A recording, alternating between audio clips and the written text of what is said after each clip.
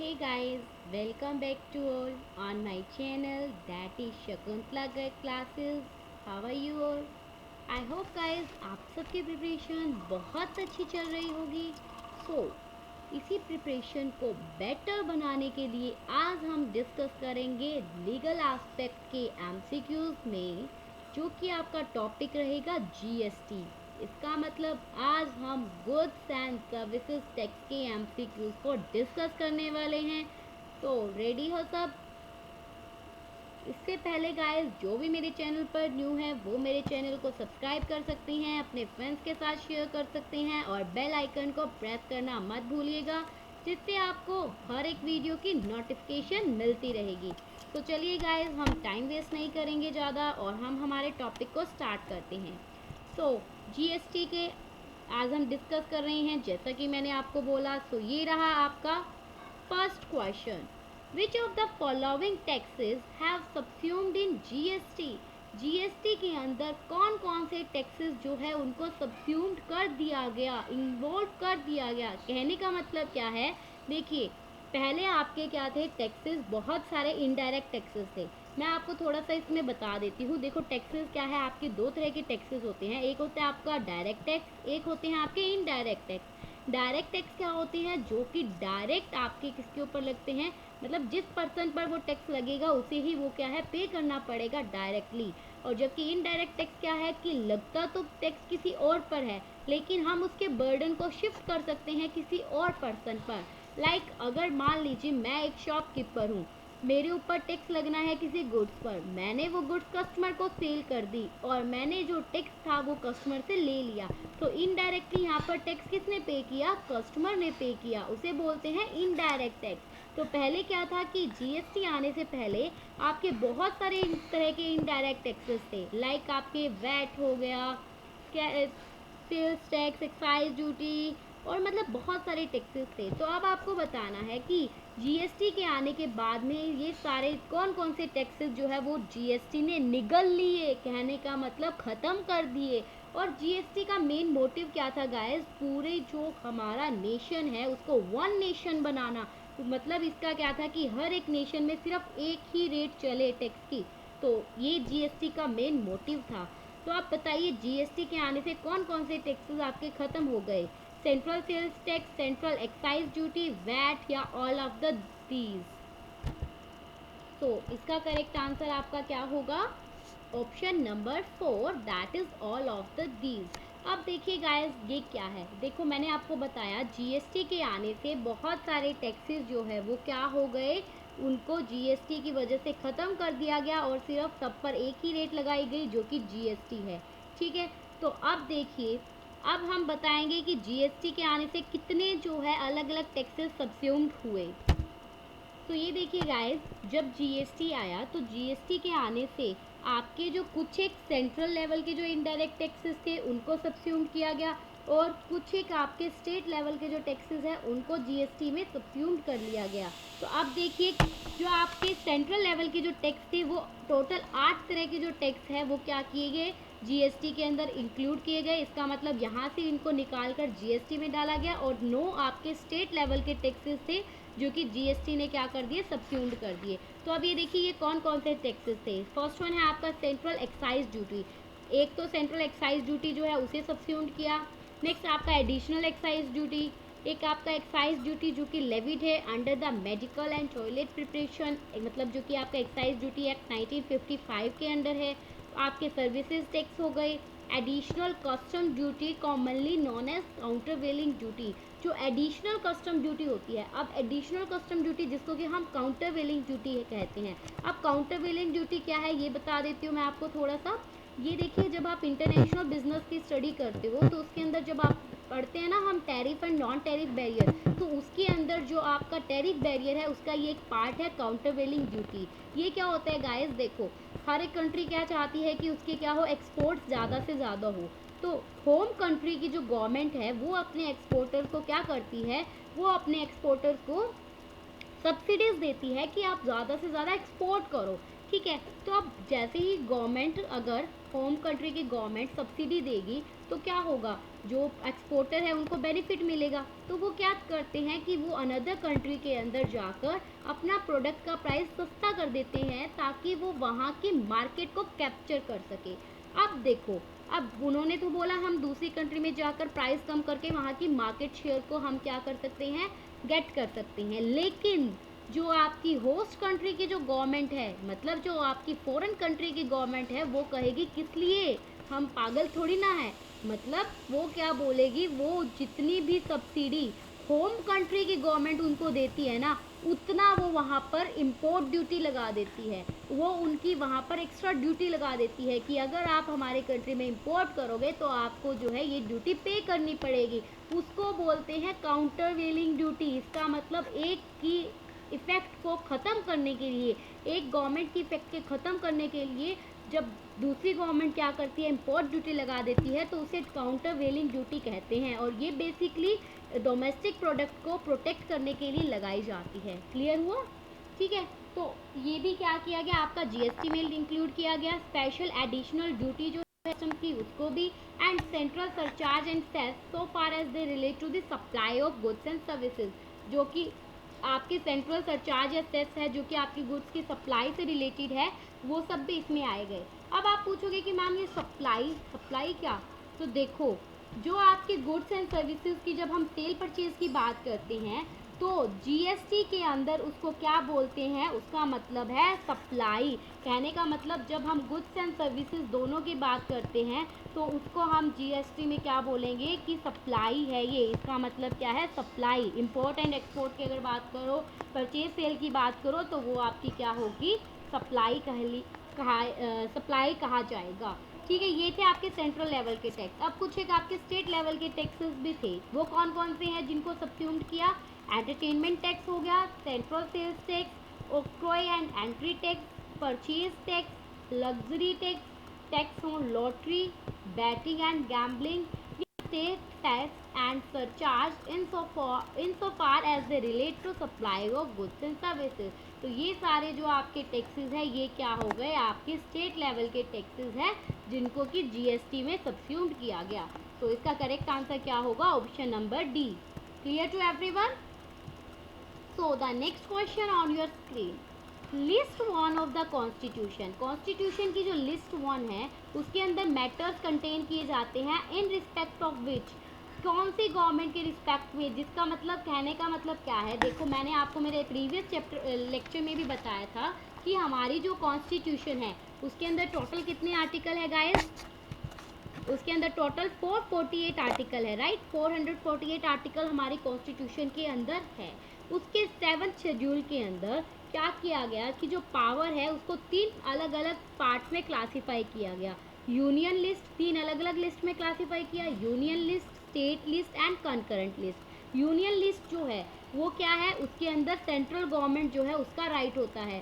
State list के अंदर क्या है, आपके स्टेट गवर्नमेंट का राइट होता है। जबकि कंकरेंट लिस्ट जो है उसके अंदर आपके सेंट्रल गवर्नमेंट और स्टेट दोनों के ही क्या है, राइट है। दोनों के पास ही पावर होती है डिसीजंस लेने की। क्लियर? तो ये आपकी 3 लिस्ट थी। तो अब जो लिस्ट 1 है जिसके अंदर जो भी मैटर होते हैं तो उसके ऊपर राइट किसका होता है, आपके सेंट्रल गवर्नमेंट का। तो इसका करेक्ट आंसर क्या होगा गाइस, इसका करेक्ट आंसर होगा आपका ऑप्शन नंबर ए।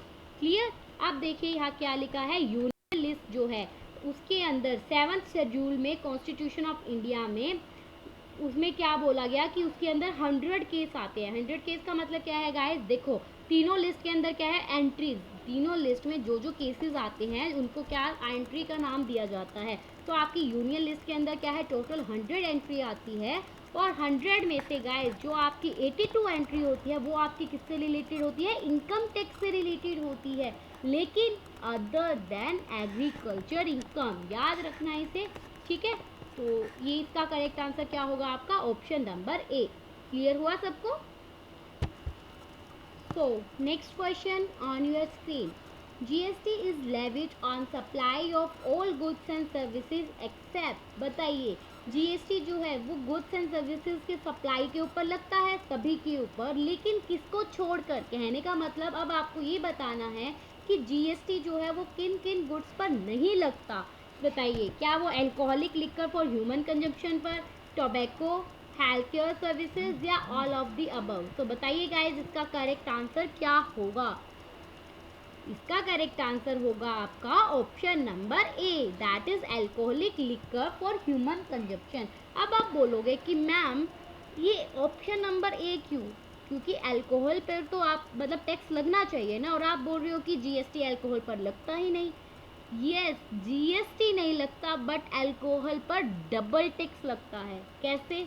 देखो, अब जीएसटी लगेगा तो एक टैक्स लगेगा, एक रेट लगेगी, लेकिन गवर्नमेंट क्या चाहती है कि अल्कोहल जो है, जो लिकर जो है वो क्या है, उसका कम से कम लोग परचेज करें, या जो परचेज करे वो क्या है, उसके लिए डबल टैक्स पे करे। ठीक है, तो उसके लिए गवर्नमेंट ने उसको जीएसटी की कैटेगरी में नहीं रखा, क्योंकि सेंट्रल जो गवर्नमेंट है उसने बोला कि इसके ऊपर तो हम अलग से टैक्स लगाएंगे, स्टेट ने बोला कि इसके ऊपर हम टैक्स लगाएंगे। कहने का मतलब पहले सेंट्रल गवर्नमेंट टैक्स लगाएगी, देन उसी के ऊपर फिर स्टेट गवर्नमेंट टैक्स लगाएगी। तो इसी वजह से इसको जीएसटी में इंक्लूड नहीं किया गया। इसके क्योंकि अगर जीएसटी में आ जाता तो या तो सेंट्रल लेवल की गवर्नमेंट टैक्स लगाती या स्टेट वाली टैक्स लगाती, राइट। इसीलिए अल्कोहल पर डबल टाइम टैक्स लगता है, दैट्स वाई ये जो है ये जीएसटी के अंदर इंक्लूड नहीं होता, जबकि टोबैको और हेल्थ केयर सर्विसेज जो है वो आपकी उनके ऊपर जीएसटी लगता है। वन मोर थिंग गाइस, जो हेल्थ केयर सर्विसेज है उसके अंदर कुछ एक एक्सेप्शंस है जहाँ पर मतलब आपका जीएसटी नहीं लगता, वो हम बाद में देखेंगे, ठीक है। अभी के लिए इतना। आगे देखिए, on petroleum, crude, high speed diesel, motor spirit, natural gas and aviation turbine fuel. तो अब इन पर बताइए, इन पर क्या जीएसटी लगेगा या नहीं लगेगा? लगेगा तो कैसे लगेगा? तो अब बताइए, GST will not be levied at all, GST बिल्कुल भी नहीं लगेगा। GST will be levied from a date to notified on the recommendation of the GST Council. GST is levied but exempt या none of the above. So इसका correct answer क्या होगा guys? देखिए, firstly आप खुद से आंसर कीजिए, then आप मेरे आंसर्स को देखिए, ओके। इसका करेक्ट आंसर होगा option number B, it means GST will be levied from a date to notified. मतलब जीएसटी जो है इन गुड्स पर जो हमने अभी बात की उनके ऊपर लगेगा, लेकिन कब? उस डेट से जो कि नोटिफाइड की जाती है जीएसटी काउंसिल की रिकमेंडेशन से। कहने का मतलब क्या है कि देखो, अब जीएसटी लगाने से पहले उसको नोटिफाई करना तो जरूरी है ना।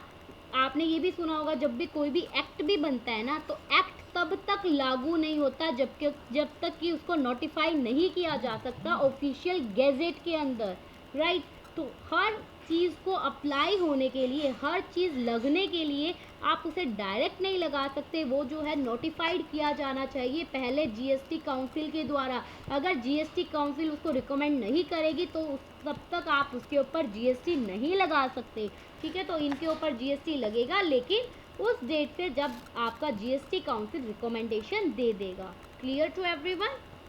अब नेक्स्ट देखिए, जीएसटीएन स्टैंड्स फॉर, जीएसटीएन का मतलब क्या होता है बताइए? क्या good and service network, goods and service networking, goods and service network, या गुड्स एंड सर्विस नेशनल? ध्यान से इसका आंसर कीजिए गाइस।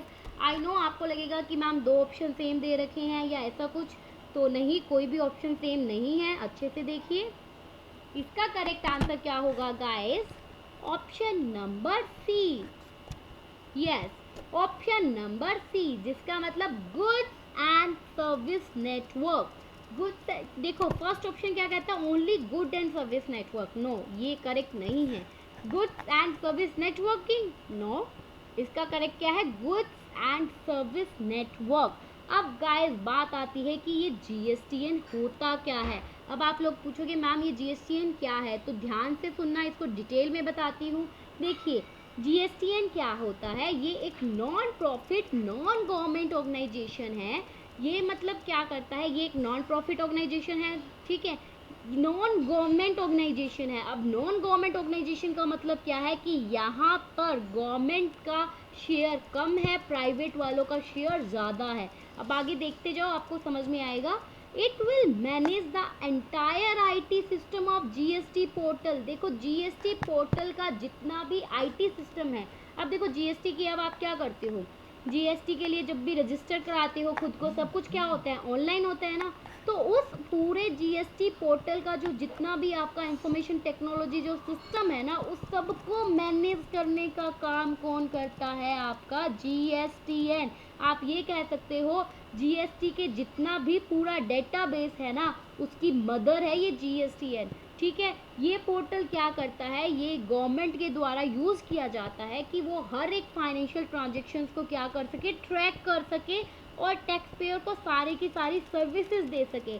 सर्विसेज कैसे, अब देखो अगर हमें अब रजिस्ट्रेशन कराना है जीएसटी के ऊपर, हम क्या करते हैं, डायरेक्ट उसको रजिस्ट्रेशन करा सकते हैं, यहाँ बैठे बैठे ऑनलाइन हम क्या कर सकते हैं, जीएसटी के लिए रजिस्टर कर सकते हैं, टैक्स फाइल कर सकते हैं, सारी टैक्स की डिटेल को मेंटेन कर सकते हैं। तो ये किसकी वजह से, जीएसटीएन की वजह से, जिसको हम बोलते हैं goods and service tax network. Clear. अब इसका स्ट्रक्चर देखिए, अब आपको पता लगेगा ये नॉन गवर्नमेंट ऑर्गेनाइजेशन क्यों है, क्योंकि गाइस यहाँ पर जो प्राइवेट प्लेयर्स है ना, वो 51% शेयर जो है वो ऑन करते हैं जीएसटीएन का, और बाकी का जो रेस्ट है वो गवर्नमेंट ऑन करती है। जिसकी जो ऑथोराइज्ड कैपिटल है वो कितनी है, ₹10 करोड़ है, जिसमें से 49% शेयर जो है वो इक्वली डिवाइड किए जाते हैं सेंट्रल एंड स्टेट गवर्नमेंट के द्वारा और बाकी के प्राइवेट बैंक्स के द्वारा। अब गाइज इसका जो डाटा हो सकता है थोड़ा बहुत ऊपर नीचे हो, मैं आपको अप्रॉक्स बता रही हूँ कि यहाँ पर क्या होता है, प्राइवेट 51% और बाकी का गवर्नमेंट का, और ऑथोराइज यहाँ 10 करोड़। ओके, इतना क्लियर हुआ।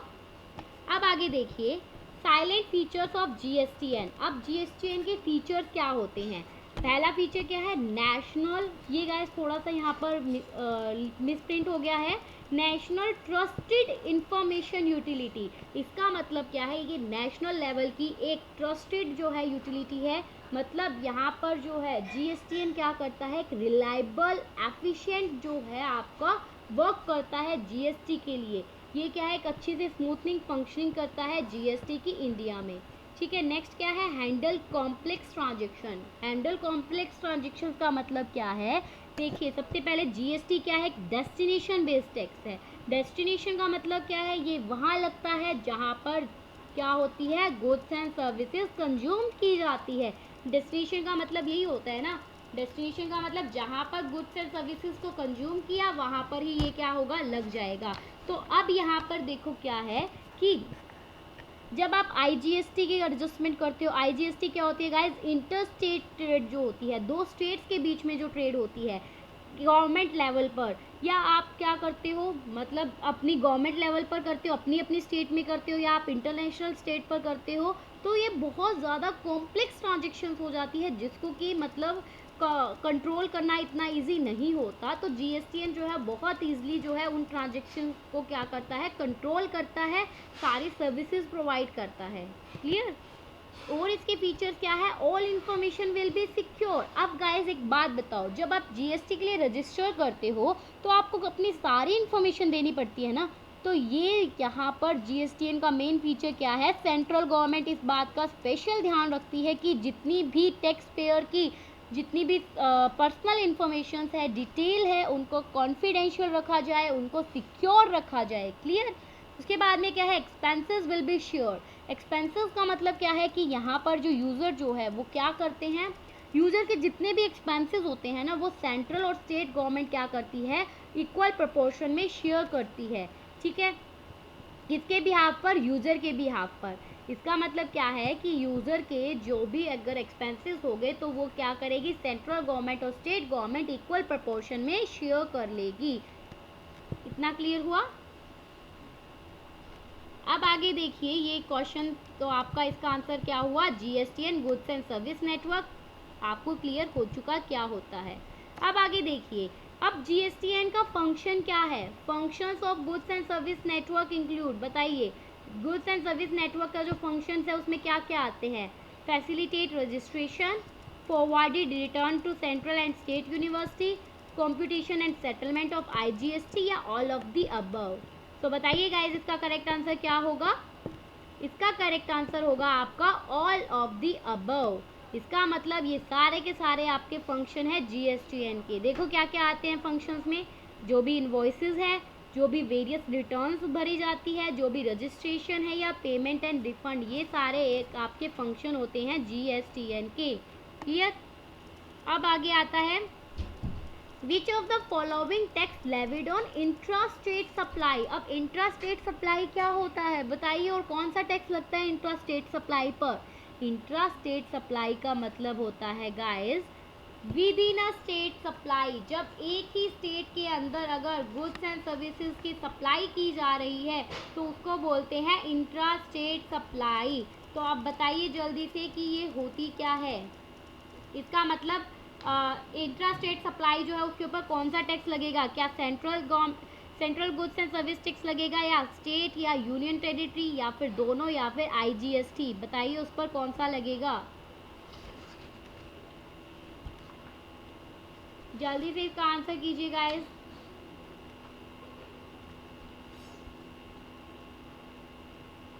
इसका करेक्ट आंसर आपका क्या होगा, option number C, that is both. Both का मतलब क्या है कि इंट्रा स्टेट जो सप्लाई है आपकी उसके ऊपर आपका सीजीएसटी भी लगता है, एसजीएसटी भी लगता है, और आपका यूटीजीएसटी भी लगता है। अब सीजीएसटी क्या है गाइस, जब ट्रांजेक्शन्स होती है हमारी यहाँ पर, सीजीएसटी जो है वो कब लगेगा बताइए, एसजीएसटी और यूटीजीएसटी।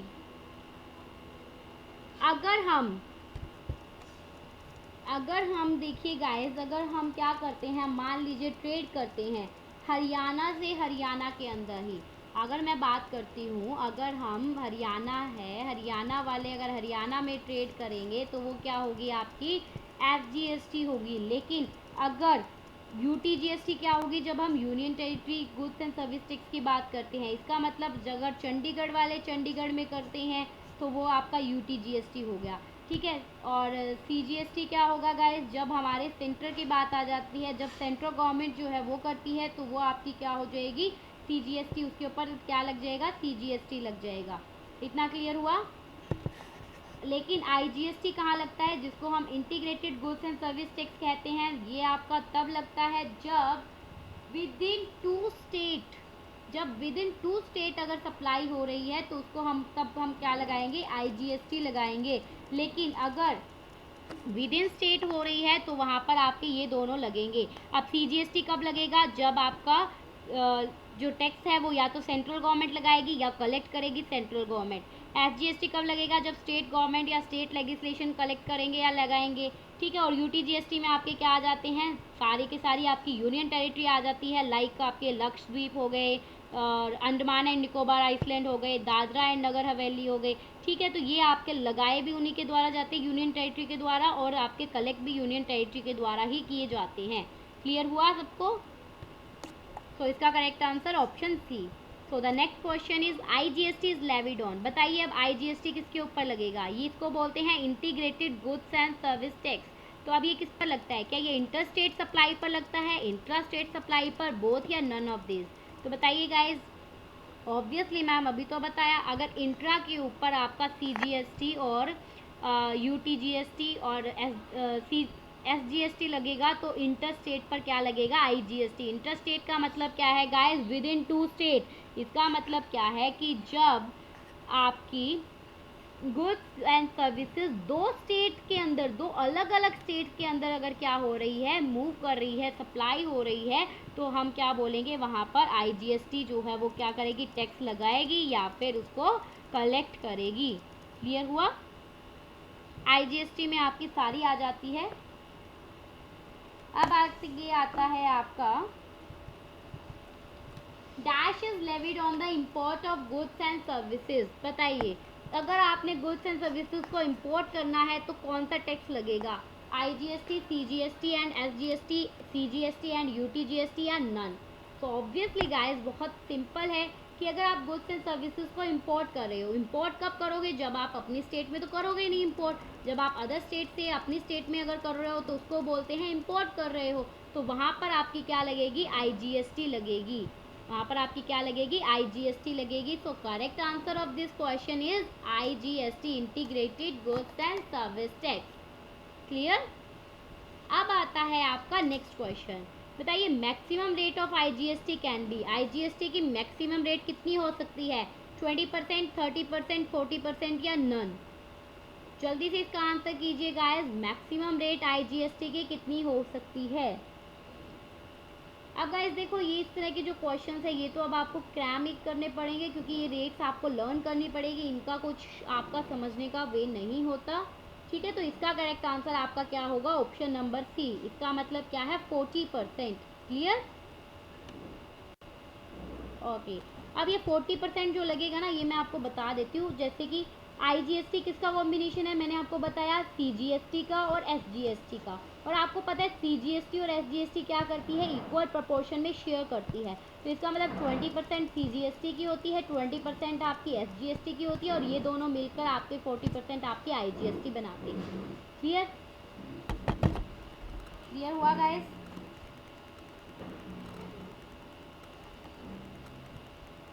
अब आगे आता है जीएसटी स्टैंड फॉर। बताइए जीएसटी का मतलब क्या होता है? Goods and supply tax, government sales tax, goods and service tax, या goods and service tax? So इसका करेक्ट आंसर क्या होगा गाइस आपका? ऑप्शन नंबर 4, जिसको क्या कहते हैं? Goods and services tax. ध्यान रखना इस तरह के क्वेश्चंस जो है, क्योंकि हम इन चीज़ों पर ध्यान नहीं देते थोड़ा बहुत, कि हमें लगता है गुड्स एंड सर्विसेज टैक्स है या गुड्स एंड सर्विसेज टैक्स है, तो ये क्या है आपका? Goods and services tax. Clear? Okay, so the next question is, in India GST become effective from. बताइए इंडिया के अंदर जीएसटी कब से इफेक्टिव हुआ?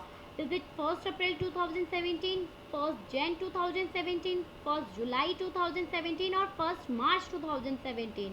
सो गाइज इसका करेक्ट आंसर क्या होगा आपका?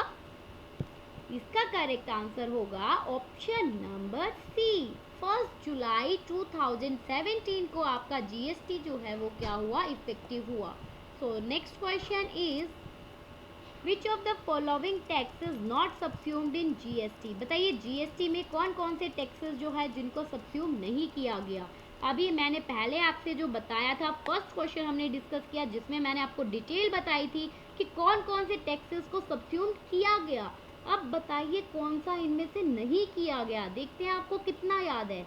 क्या ये वैट है, स्टैंप ड्यूटी है, एंट्री टैक्स है, या एंटरटेनमेंट टैक्स है? तो बताइए गाइस कौन कौन से टैक्सेस को सबस्यूम नहीं किया गया? इसका करेक्ट आंसर क्या होगा आपका? इसका करेक्ट आंसर है option number B, that is stamp duty. Stamp duty जो है गाइस उसको जीएसटी में नहीं सबस्यूम किया गया, जबकि वैट जो है वो आपका क्या था? सेंट्रल लेवल का टैक्स था, जबकि entry tax and entertainment tax ये आपके स्टेट लेवल के टैक्स थे। क्लियर? तो स्टैंप ड्यूटी जो है उसको जीएसटी में सबस्यूम नहीं किया गया, मिलाया नहीं गया। Clear? Okay, so the next question is, GST is levied on. बताइए जीएसटी जो है वो किस पर लगाया जाता है? क्या ये मैन्युफैक्चरर पर लगाया जाता है, रिटेलर पर लगाया जाता है, कंज्यूमर पर, या ऑल ऑफ दीज? बताइए गाइस इसका करेक्ट आंसर क्या होगा? जीएसटी किस पर लगाया जाता है? इसका करेक्ट आंसर है आपका option number D, that is all of the above. GST जो है, अब देखो जीएसटी किस पर लगता है? गुड्स एंड सर्विसेज पर टैक्स लगता है। तो गुड्स एंड सर्विसेज तो सबके लिए होती है ना, मैन्युफैक्चरर को भी चाहिए, रिटेलर को भी चाहिए, कंज्यूमर को भी चाहिए, एंड ऑल ऑफ दीज। तो दैट्स व्हाई ये इसका करेक्ट आंसर आपका क्या होगा? ऑल ऑफ दीज जो है वो इसका करेक्ट आंसर होगा। क्लियर? चलिए नेक्स्ट क्वेश्चन। ओके, अब बताइए IGST tax levy means. Obviously guys बहुत सिंपल है, आईजीएसटी टैक्स कहाँ लगता है? क्या ये स्टेट में लगता है, बिटवीन टू स्टेट्स लगता है, बिटवीन टू कंट्रीज लगता है, या नन ऑफ दीज? तो बताइए इसका करेक्ट आंसर क्या होगा? अभी तो बताया था मैम आपने। इसका करेक्ट आंसर होगा ऑप्शन नंबर बी, आईजीएसटी जो है वो दो स्टेट्स के बीच में लगता है आपका। दो स्टेट्स के बीच में का मतलब क्या है? कि जब हम अगर बात करते हैं इंटर स्टेट सप्लाई की, इंटर स्टेट दो स्टेट्स के बीच में अगर हम सप्लाई की बात करते हैं, तो वहाँ आपका क्या आ जाता है? वहाँ पर आपका आईजीएसटी आ जाता है। इतना क्लियर हुआ? क्लियर? चलें आगे। इसका मैं आपको एग्जांपल दे देती हूँ। लाइक अगर हम अलग अलग स्टेट की बात करते हैं, पंजाब की मैंने बात की, ठीक है, एक मैंने कर्नाटका की बात की। पंजाब और कर्नाटका दो अलग अलग स्टेट है। अब अगर ये दोनों आपस में क्या करते हैं, सप्लाई करते हैं गुड्स एंड सर्विसेज की, तो हम क्या बोलेंगे, वहाँ पर IGST लगेगा, वहाँ पर CGST या फिर SGST नहीं लगेगा। ओके, अब आया समझ में। अब आते हैं नेक्स्ट क्वेश्चन पर। तो बताइए गाइस, CGST के अंदर मैक्सिमम रेट कितनी प्रेस्क्राइब की हुई है। ये क्वेश्चन आपको मैंने जब IGST की मैक्सिमम रेट बताई उसी टाइम आपको क्लियर कर दिया था। तो अब आप इसका आंसर कीजिए, क्या होगा इसका आंसर। इसका करेक्ट आंसर होगा आपका option number B, that is 20%। Maximum rate CGST में कितनी है, 20%, क्योंकि IGST की कितनी थी, 40%। और आपको पता है CGST और SGST क्या करते हैं, इक्वल प्रोपोर्शन में शेयर करते हैं। तो इसका करेक्ट आंसर क्या होगा, option number B, that is 20%। Okay, अब आता है हमारा नेक्स्ट क्वेश्चन। बताइए, which of the following taxes will be levied on import of goods and services. अगर आप गुड्स एंड सर्विसेज को इंपोर्ट करोगे तो कौन सा टैक्स लगेगा। हमेशा याद रखना गाइस, जब भी अगर आप गुड्स एंड सर्विसेज को इंपोर्ट करते हो, इंपोर्ट की बात आती है, तो वहाँ पर आपका IGST लगता है, integrated goods and service tax लगता है। क्लियर हुआ। यहाँ पर आपका CGST या SGST नहीं लगेगा, यहाँ पर आपका IGST लगेगा। डन। किसी को कोई डाउट, क्योंकि जो आपका IGST होता है ना, मैं आपको बता दूं, ये क्या है, ये आपका सम टोटल होता है ना, CGST का, SGST और UTGST का। क्योंकि यहाँ पर सेंटर जो है वो क्या है, सारे के सारे स्टेट में सप्लाई करते हैं। तो इसीलिए अगर आप इंपोर्ट कर रहे हो, आप अदर स्टेट से इंपोर्ट कर रहे हो, तो वहाँ पर आपका फिर IGST लगेगा। अब खुद की स्टेट में तो कोई इंपोर्ट नहीं करेगा ना, इंपोर्ट कब करोगे, अलग स्टेट से ही करोगे। ठीक है, चलें आगे। Okay, next question is, GST act जो है वो इस्टेब्लिश किया गया कौन सी अमेंडमेंट के अंदर, बताइएगा। इस कॉन्स्टिट्यूशन ऑफ इंडिया।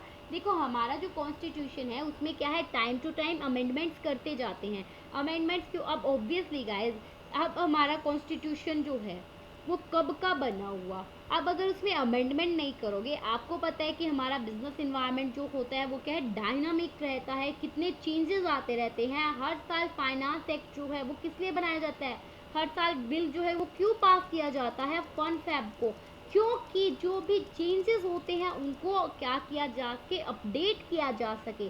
तो जब कॉन्स्टिट्यूशन ऑफ इंडिया के अंदर अमेंडमेंट हुई, तभी ये डिसाइड किया गया कि GST को लाया जाएगा। तो अब GST को कौन सी अमेंडमेंट में लाया गया, 101 अमेंडमेंट जो है कॉन्स्टिट्यूशन की, उसके अंदर GST को लाया गया। तो इसका करेक्ट आंसर आपका क्या होगा, ऑप्शन नंबर सी, 101। क्लियर। अब आता है नेक्स्ट क्वेश्चन पर। अब बताइए, इनमें से कौन सी जो है पहली स्टेट है कंट्री की जिसने GST बिल को रेटिफाई किया। अब देखो गाइस, ये चीज़ तो आपको लर्न करने वाली है, इसमें तो हम कुछ कर नहीं सकते। तो GST बिल को रेटिफाई करने वाली पहली स्टेट कौन सी है, हिमाचल प्रदेश, कर्नाटक, गुजरात या असम। तो इसका करेक्ट आंसर बताइए क्या होगा। Correct answer of this question is option number D, that is Assam. Assam जो है वो क्या है, पहली स्टेट है कंट्री की जिसने की GST बिल को रेटिफाई किया।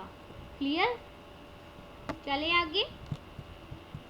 अब बताइए, which of the following is not one of the category of indirect tax rate under GST। GST के अंदर बताइए, इनमें से कौन सी जो है इनडायरेक्ट टैक्स रेट की कैटेगरी नहीं है, मतलब कौन सी टैक्स रेट जो है वो कौन सी इंक्लूड नहीं है। अब ये बताना है आपको। तो बताइए, 5%, 0%, 20% या 12%, इनमें से कौन सी टैक्स रेट नहीं है। इसका करेक्ट आंसर क्या होगा गाइस, इसका करेक्ट आंसर होगा 20% जो है कोई भी टैक्स रेट नहीं है। क्योंकि वैसे मैक्सिमम टैक्स रेट कितनी होती है आपकी, 12% होती है। लेकिन उसके ऊपर जब बाद में क्या लग जाती है, हमारे एक्स्ट्रा चार्जेस लग जाते हैं, तो उसके बाद में टोटल CGST और SGST की 20-20 बनती है।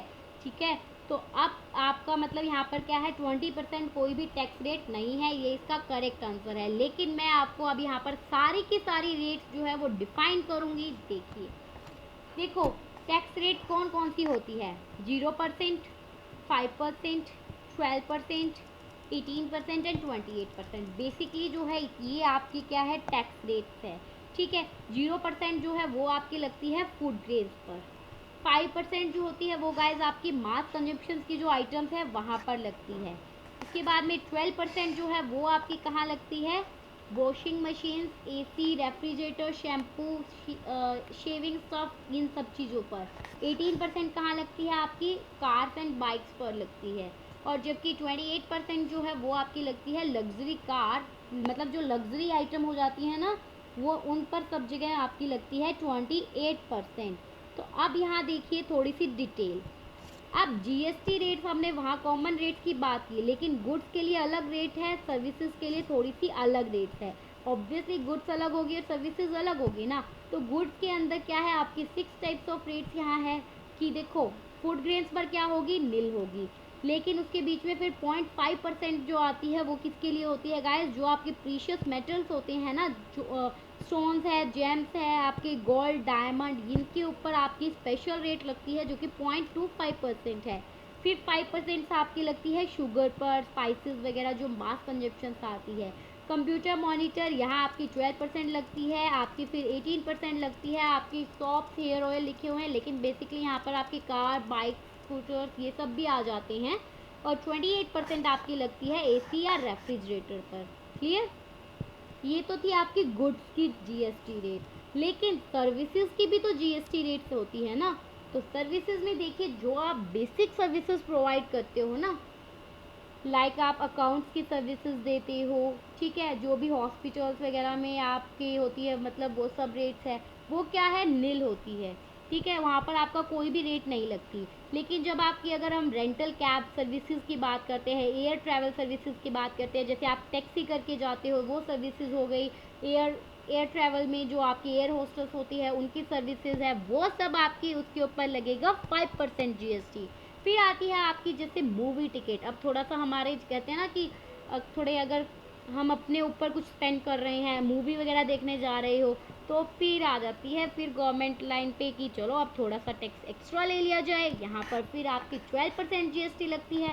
फिर अगर आप थिएटर में जाते हो या आप शादी वगैरह में खर्चा करते हो, बाहर से केटरिंग बुलवाते हो, तो अब फिर आ जाती है गवर्नमेंट की, हाँ भाई तुमने क्या किया, शादी पे अच्छा सा ज़्यादा खर्चा किया ना, अच्छे से बहुत पैसे वैसे लगाए हैं, तो अब क्या है, अब फिर टैक्स भी पे करो, आपको जीएसटी 18% से पे करना पड़ेगा। और अगर आप अम्यूज़मेंट पार्क जाते हो, कार्टिंग करते हो, तो वहाँ आपको 28% जो है वो क्या करना पड़ेगा, टैक्स पे करना पड़ेगा। इतना समझ आया गाइस, क्लियर हुआ ये सबको? तो ये जो आपका क्वेश्चन था, अब इसमें देखिए कि जीएसटी जो रेट है, इनडायरेक्ट टैक्स रेट जो है, उनमें से कौन सी नहीं होती। तो हमने 5% भी देखी, 0% भी देखी जो कि फूड ग्रेड्स पर थी, 20% कोई रेट नहीं है, 12% भी आपकी रेट्स होती है जो कि हमने देख ली आपकी वॉशिंग मशीन, एसीज वगैरह पर। ओके, तो ये थे गाइज आज के कुछ क्वेश्चंस। बाकी के क्वेश्चंस हम नेक्स्ट क्लास में डिस्कस करेंगे। आई होप आपको मेरी क्लास अच्छी लगी होगी। और गाइज अगर आपको मेरी क्लास अच्छी लगी है तो प्लीज़ अपने फ्रेंड्स के साथ शेयर करना और अच्छे से स्टडी करना। जहाँ पर भी कोई भी डाउट है तो आप मुझे कमेंट सेक्शन में मेंशन कर सकते हो, मैं आपकी सारी क्वेरीज को सॉल्व करूँगी। ओके गाइज, फिर मिलते हैं आपसे नेक्स्ट वीडियो के अंदर। ऐसे ही अपनी प्रिपरेशन करते रहिए। और यस, आपको क्लास कैसी लगी, आपको मेरी वीडियोस कैसी लगी, अगर आपको अच्छी लग रही है तो प्लीज़ कमेंट सेक्शन में मुझे बताइए। कोई सजेशन देना चाहते हैं वो भी आप दे सकते हैं, most welcome. Please guys, if you like my class, my session, then please share it to all your friends, subscribe it. Okay, so happy learning, be safe, stay home, stay safe, all the best guys, bye bye.